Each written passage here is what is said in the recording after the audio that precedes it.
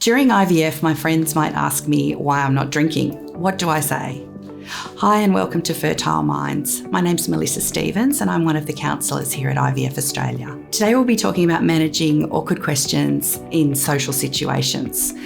This is something that comes up a lot for people. One of the common ones is going to a social event and friends saying, "Oh, you're not drinking. Why is that?" Or even more awkward, they say, "You're not drinking. Are you pregnant?" It's amazing how many insensitive questions that people get asked. So how do you manage this situation? What should you do? I guess there are a few different options that patients have found that helpful that they've told me about.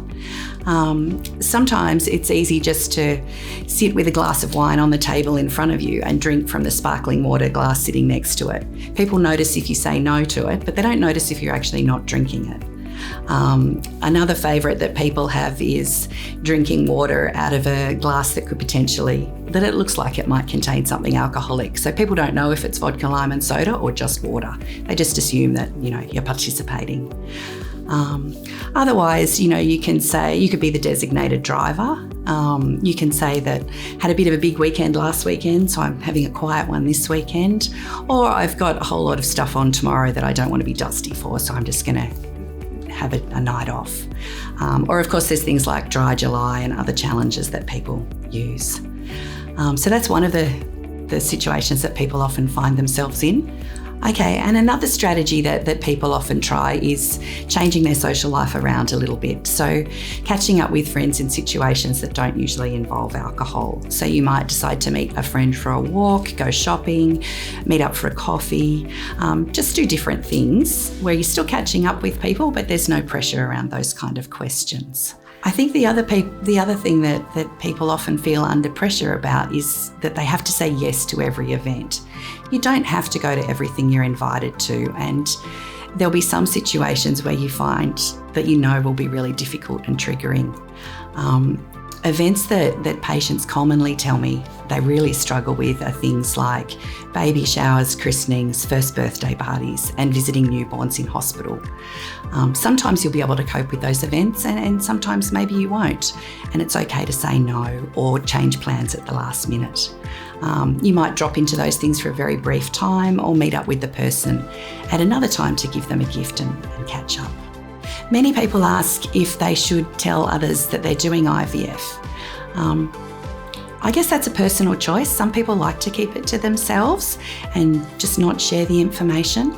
Other people find it really helpful to just tell one or two trusted people in their life. Have a think about who you share the information with. Choose someone who's generally a good listener, who'll be there for you, and who you can rely on. And it may not always be the most obvious person. I've had a lot of people say that the people they usually share with, they feel they can't share this journey with. So a best friend or a sister might be pregnant or have their own little one and they feel like they just don't understand their situation. I mean, if you know someone who's had their own struggles with fertility, they can often be a really good support person. And the other question people ask is, should I talk about it at work? I guess that depends on the relationship you have with your manager. But again, often people say that, if they've told their manager or a close colleague, that provides really good backup support for them. So if they're feeling a bit anxious, they've had a call, they have to take some time off for procedures, that sort of thing, they find it easier and they don't feel like they're kind of telling lies about what's going on. And I guess that depends on the type of workplace you're in and the relationship you have with the manager.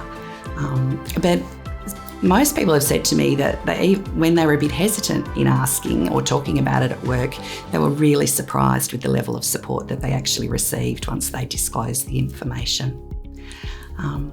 Always remember it's your information. Some people feel like, they really should tell the truth about this stuff. You don't owe anyone an explanation. It's totally up to you whether you want to share what's happening in your life.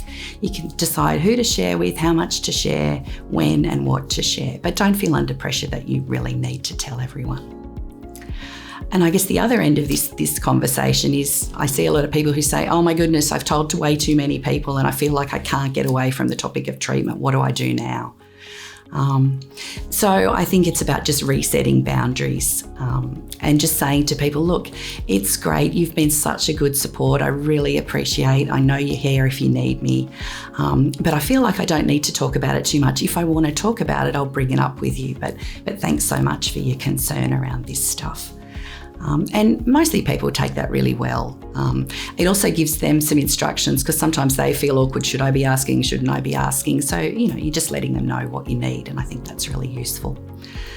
If you have a partner, don't forget to share how you're feeling with them. You're both going through this journey together. And at times it may feel like you're on really different pages around this stuff. So it's really important to communicate what's going on for you. And if you can, share with your partner what they can do that you find helpful when you're feeling emotional. So it might just be you just want them to listen and give you a hug. They can't solve the problem, you just want them to be there and so you can lean on them. Remember to do things together that you enjoy to help that connection and build on it. IVF can be a very stressful process, and there are times you'll feel really connected and other times you might feel a little bit isolated from each other. So just work on putting energy into that relationship as much as you can. Thanks so much for watching. Feel free to subscribe so you can keep up to date with all our news.